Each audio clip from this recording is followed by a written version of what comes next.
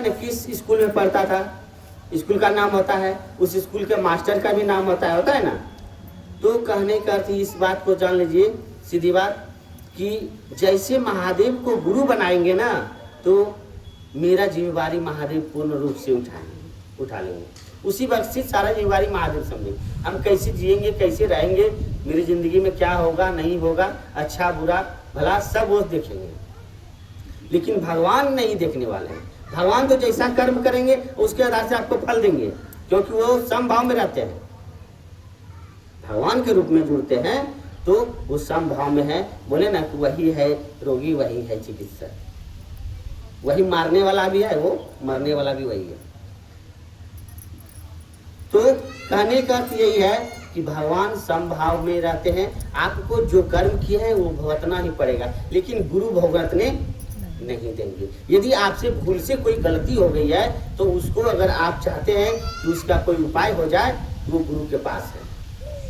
भगवान उपाय नहीं कर सकते। भगवान के पास कितु चले जाइए, पूजा कर लीजिए। वो भी पूजा करने का भी बहुत सारा है कि हर भगवान का विधि होता है अपना, है ना। पूजा करने के लिए सीख लीजिए। आप देखिए इसमें समझ में आ गई दीदी, भगवान और गुरु क्या होता है। भगवान समभाव में होते हैं, यानी मुर्गी भी वही, खाने वाला भी वही है, जिसका जान गया, मारने वाला भी वही है, मरने वाला भी वही है, शिव है। यानी शिव, एक शिव दूसरे शिव को खाते हैं और एक मरते हैं, है ना। कहने का मतलब है कि समभाव, समभाव मतलब बराबर भाव, उसमें कोई कुछ नीच नहीं होगा। गुरु को अगर वही भगवान को जब गुरु बना लेते हैं तो वहाँ पर क्या हो जाती है कि गुरु आपका पूरा जिम्मेवारी ले लेता है। आपके जीवन के जो भी दुख कष्ट है, कैसे मेरी चीज से, यानी कि इसके जीवन का कष्ट कम हो, वो गुरु जिम्मेवारी ले लेते हैं, समझे ना। तो गुरु और भगवान में ये समझ गए दीदी क्या अंतर होती है। और भगवान के लिए आपको भक्ति चाहिए, गुरु के लिए कोई भक्ति की जरूरत नहीं है। बस आपके मन में श्रद्धा है तो भी, नहीं है श्रद्धा तो भी महादेव को अपना गुरु बना लीजिए। साहब बोले ना कि गुरु बना, कोई भी विद्यार्थी जाना चाहता है विद्यार्थी मास्टर के पास पढ़ने के लिए, लेकिन फिर भी यदि वो विद्यार्थी को किसी तरह अगर वो मास्टर के पास भेजा जाता है तो वो विद्यार्थी को कैसे पढ़ाते हैं, अपने सही भाव से पढ़ाते हैं ना। वही विद्यार्थी फिर एक दिन बड़ा होता है, पढ़ के वही कहता है कि एक दिन हम पढ़ने नहीं जाना चाहते थे और आज हम पढ़े किसी तरह, तो देखिए आज यहाँ पहुँचे हैं, है ना। कल दिन वो गुरु को कोसते हैं कि ये आज मेरे गुरु, हम गुरु को कल दिन बच्चे में गाली देते थे, गुरु को नहीं समझते थे। बहुत सारे बात हैं, विद्यार्थी कई मास्टर को बढ़िया नहीं जैसे करते हैं, क्योंकि उसके मन में वो भाव नहीं है। लेकिन वही अगर आपके मन में शिष्य, तो गुरु जो है कि अपने चेला के जो ज्ञान जो देते हैं तो गुरु भाव से देते हैं। साहब बोले ना, शिव को गुरु बनाने के लिए आपके मन में श्रद्धा हो तो भी, नहीं श्रद्धा हो तो भी आप शिव को गुरु बना सकते हैं। बना करके देखिए, उसके बाद आपको रिजल्ट मिलेगा, आपका मन खुद बुझने लगेगा।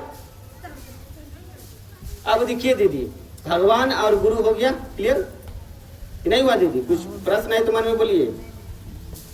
भगवान सबको बराबर तरह से देखते हैं दीदी। जैसे एक माँ पिता जो होता है ना, अपने 4 बच्चे हैं, चाहे उसमें से कोई बदमाश रहे कोई अच्छा रहे, वो बराबर नजर से देखेगा, समझे ना। कोई चीज लाएगा तो सब में बराबर बांटेगा, भगवान वो है। लेकिन गुरु जो होता है ना दीदी, गुरु जो होता है कि आपके जो भी शिष्य हैं उनके अंदर वो चीज डालते हैं, वो ज्ञान डालते हैं कि जो कि तुम किए हो और क्या तुमको करना चाहिए क्या नहीं करना चाहिए, क्या सही है क्या गलत है।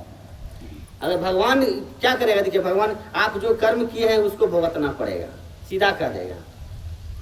माँ बाप भी क्या करेगा, कहेगा बउआ ये काम मत करो, लेकिन आप फिर भी वही काम कीजिएगा और उसका सजा आपको जब मिलेगा तो क्या करेगा, भुगतो अपना किया है तो। लेकिन गुरु नहीं भुगतने देगा। गुरु जब बना लीजिएगा ना तो वो गुरु आपको ज्ञान देंगे, आपके अंदर वो गुण भरेंगे, आपके अंदर समझ भरेंगे कि आप खुद वो गलती करवे नहीं कीजिएगा। समझ गए दीदी? अब देखिए पूजा का बात।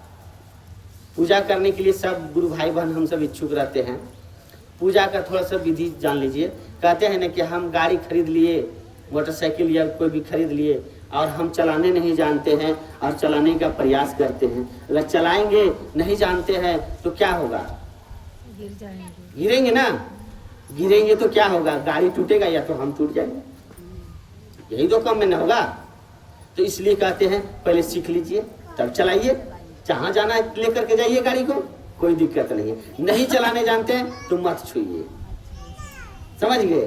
तो वही है पूजा पाठ। देखिए क्या आता है, हम पूजा करते हैं लेकिन पूजा करने की तरीका नहीं जानते हैं। तो तरीका कौन बताएगा, तरीका कौन बताएगा, वो तो गुरु के पास है, समझे ना। तो पूजा का अर्थ पहले जान लीजिए क्या होता है। पूजा है प्रेम, पूजा का अर्थ होता है प्रेम। प्रेम का लक्षण होता है देना, लेना नहीं होता है। प्रेम देना जानता है, लेना नहीं जानता है। सचमुच में अगर आप प्रेम करते हैं, पूजा करते हैं, तो आपके मन में प्रेम होना चाहिए। अब प्रेम होता है जब मंदिर जाते हैं आप कहीं भी पूजा करने कि आप क्या कहते हैं, मेरा बेटा ठीक हो जाए, मेरे बेटा को नौकरी मिल जाए, मेरा जमीन पे लिखा जाए या फलना चीज हो जाए, मेरा ये कष्ट से छुटकारा मिल जाए, यही नहीं कहते हैं। क्या करते हैं, मंदिर जब वो भी करते हैं, क्या लेकर के जाते हैं, जल लेके जाते हैं, बेलपत्र लेके जाते हैं, फूल लेके जाते हैं। फूल और बेलपत्र आपका है, आप बनाए हैं क्या, नहीं ना दीदी, वो तो बनाया हुआ महादेव का है। अब वही चीज लेकर के जाते हैं, कहते हैं हे महादेव देखिए जल चढ़ा रहे हैं, मेरा ये चीज पूरा कर दीजिए। यानी कि जलवा महादेव का, फूल भी महादेव का, और उसी का चीज उसी को दे करके उसको बढ़िया लंबा लिस्ट थमा देते हैं कि हमको ये चीज ठीक कर दीजिए, वो ठीक वो कर दीजिए। बहुत सारा चीज मांगते हैं। दीदी यदि आप अगर मांगते हैं ठीक है मांगिए, लेकिन यहाँ पर प्रेम का अर्थ होता है, यानी पूजा का अर्थ होता है प्रेम, और प्रेम का लक्षण होता है देना। तो हमको कहाँ भगवान के पास गए, भगवान से हमको कहाँ प्रेम है। अगर प्रेम रहता तो हम उससे